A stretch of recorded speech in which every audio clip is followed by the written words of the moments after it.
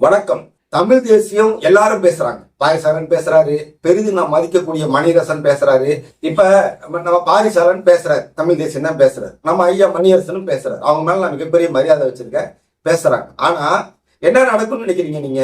தொடர்ந்து அவங்க பேசிக்கிட்டே இருந்தாங்கன்னா பாரிசாலனுக்கு அப்புறம் அவங்க பையன் வந்து பேசுவார், அதுக்கப்புறம் அவங்க பையன் வந்து பேசுவார், இல்லைன்னா பாரிசாலனோட இயக்கத்துல இருந்து யாராவது வந்து மறுபடியும் பேசுவாங்க. இது ஒரு 100 வருஷம் 60 வருஷம் நடந்துகிட்டே இருக்கும். ஐயா மணியரசன் பேசுவார், அவருடைய கட்சியில இருக்கிற ஒரு தோழர் வந்து யாராவது இன்னும் அடுத்தது வந்து பேசுவார், அவரு அதுக்கு இன்னொருத்தர் வந்து பேசுவார். இது வந்து நான் அவநம்பிக்கையாக சொல்லல, பேசிக்கிட்டே இருப்போமே தவிர நம்ம கண்ணு முன்னாடி திராவிடம் ஆளும், இன்னொரு திராவிடம் வந்து ஆளும், இன்னொரு திராவிடம் வந்து ஆளும், திராவிட மாதிரி இருக்கிற இன்னொரு கட்சி ஆளும், நம்ம கண்ணு முன்னாடி மற்றவங்க ஆட்சி பண்ணிக்கிட்டே தான் போவாங்களே தவிர தமிழ் தேசியம் ஒரு விவாத பொருளாதான் இருக்குமே தவிர அதிகாரத்துக்கு வராது, சட்டமன்றத்துக்குள்ள போவாது, பாராளுமன்றத்துக்குள்ள போவாது. சட்டம் இயற்றக்கூடிய இடத்துல தமிழ் தேசியம் போனா மட்டும்தான் அது வந்து தமிழ் தேசியத்துக்கான வெற்றி. அதனால நான் வந்து பாரிசாலனையோ ஐயா மணியரசனையோ புறத்தெல்லாம் மதிப்பிடல. தேர்தலில் நீங்க பங்கு கொண்டு வெற்றி பெற்றால்தான் அது 5 வருஷமாகலாம், 10 வருஷமாகலாம், 20 வருஷமாகலாம், 50 வருஷமாகலாம், எல்லா தடைகளையும் உடைக்கிறதுக்கு உங்களுக்கு எத்தனை வருஷம் ஆனாலும் வழி வந்து இந்த மண்ணை காப்பாத்த, மொழியை காப்பாத்த சட்டத்தை மாத்தணும். தமிழ் அரியணையில ஏறணும்னா நம்ம சட்டத்தை மாத்தணும். அப்ப சட்டத்தை மாத்துற இடத்துக்கு நம்ம போகணும்னா யாரு வேணாலும் தமிழ் தேசியம் பேசலாம். யாரா இருந்தாலும் வெற்றி அடையணும்னா தேர்தல் பாதைக்கு வந்துதான் ஆகணும். அதுல நீங்க போராடிதான் ஆகணும், அதுல நீங்க ஜெயிச்சுதான் ஆகணும். கூட்டணி வச்சீங்கன்னா ஓரளவுக்கு தான் தமிழ் தேசியத்தை நீங்க நிறுவ முடியுமே தவிர நீங்க நினைச்ச எல்லாத்தையும் செய்ய முடியாது. அது இன்னொரு தேமுதிகவாகவோ இன்னொரு மதிமுகவாகவோ அல்லது இப்ப அதிமுக போயிருக்கு பத்தியா, அந்த மாதிரி நிலைமையில தான் போகுமே தவிர நிச்சயமாக முழு தமிழ் தேசியத்தையும் நம்ம நினைச்சதையும் நடைமுறைப்படுத்த முடியாங்கிறது என்னுடைய தாழ்மையான கருத்து. அதுல சிலருக்கு மாறுபட்ட கருத்துக்கள் இருக்கலாம்.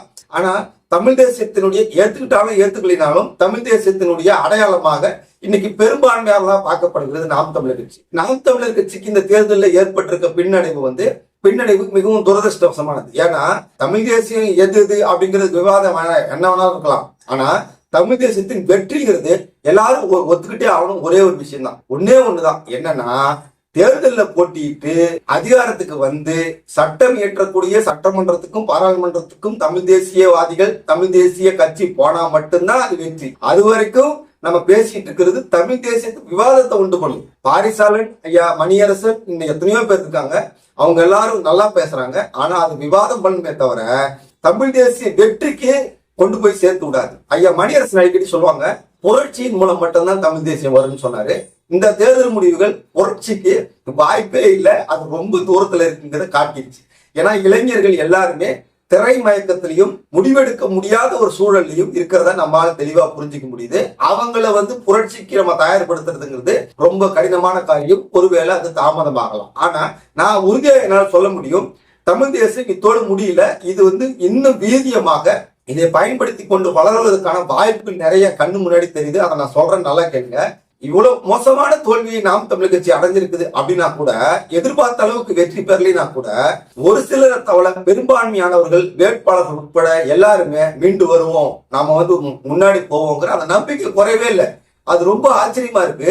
வேற ஒருத்தர்களா இருந்தா வேற கட்சிக்கு போயிடலாம் அப்படிலாம் பேசுவாங்க. நாம் தமிழர் கட்சியை சேர்ந்தவங்க வந்து இதோட உட்காந்துடக்கூடாது, நம்ம மேல வருவோம், நமக்கு வாய்ப்பு இருக்கு, திராவிட கட்சிகளுடைய வீழ்ச்சி வந்து ஆரம்பம் ஆயிடுச்சுங்கிறது இந்த முடிவு காட்டுது அப்படின்னு தேர்தல் முடிந்து கொஞ்ச நாள் ஆகுது.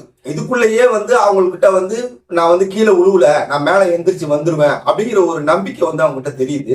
இன்னும் வந்து இப்ப மே 18 கூட்டம் வரப்போகுது. இன்னும் அண்ணன் சீமான் அவர்கள் நிறைய கூட்டங்களை பேச போறாரு, போராட்டங்களை கலந்துக்க போறாரு. இன்னும் வந்து நிறைய வந்து நாட்கள் இருக்கு. அப்படிங்கும் போது இன்னும் வந்து உற்சாகம் அடைந்து மேல வர்றதுக்கான நிறைய வாய்ப்புகள் இருக்கு. நிறைய பேர் வந்து இத்தோட நாம் தமிழ் கட்சி அவ்வளவுதான், கீழே போயிடும், இந்த கட்சி விட்டு நிறைய பேர் வெளியே போயிடுவாங்க அப்படின்னு சொல்றாங்க வன்மம் முடிச்சவங்க. ஆனா அது நடக்காது. போனா ஏதோ ஒரு சிலர் ரொம்ப பதவிக்காக இந்த கட்சிக்கு வந்திருப்பான்ல, நமக்கு தெரியாம அவன் போனாதான் உண்டு. 1-2 பேர் போகலாம், அது இல்லைன்னா சொல்ல வரப்பில்லை. ஆனா மீண்டும் மிகப்பெரிய ஒரு வீரியமாக உற்சாகமாக வர்றதுக்கான எல்லா விதமான அறிகுறிகள் எனக்கு தெரியுது. இதை உற்சாகப்படுத்துறதுக்காகவோ இந்த வீடியோவை நீங்க பார்க்கணுங்கிறதுக்காகவோ நான் சொல்லல. சத்தியமா நான் கண் கூட பாக்குறேன். இப்ப மட்டும் இல்ல, இதுக்கு முன்னாடி இந்த தேர்தலையும் பார்த்திருக்கேன், இந்த தேர்தலையும் நான் பாக்குறேன். அடுத்து வந்து மிகப்பெரிய வந்து ஒரு எழுச்சி நிச்சயம் பண்ணும், போராட்டம் வரும். இங்க விட்டதை மறுபடியும் அவங்க வந்து பல மடங்கா பிடிப்பாங்கன்ற நம்பிக்கை எனக்கு பார்க்கும்போது தெரியுது. முடிவா நான் என்ன சொல்றேன்னா, தமிழ் தேசியம் ஒருபோதும் தோற்காது.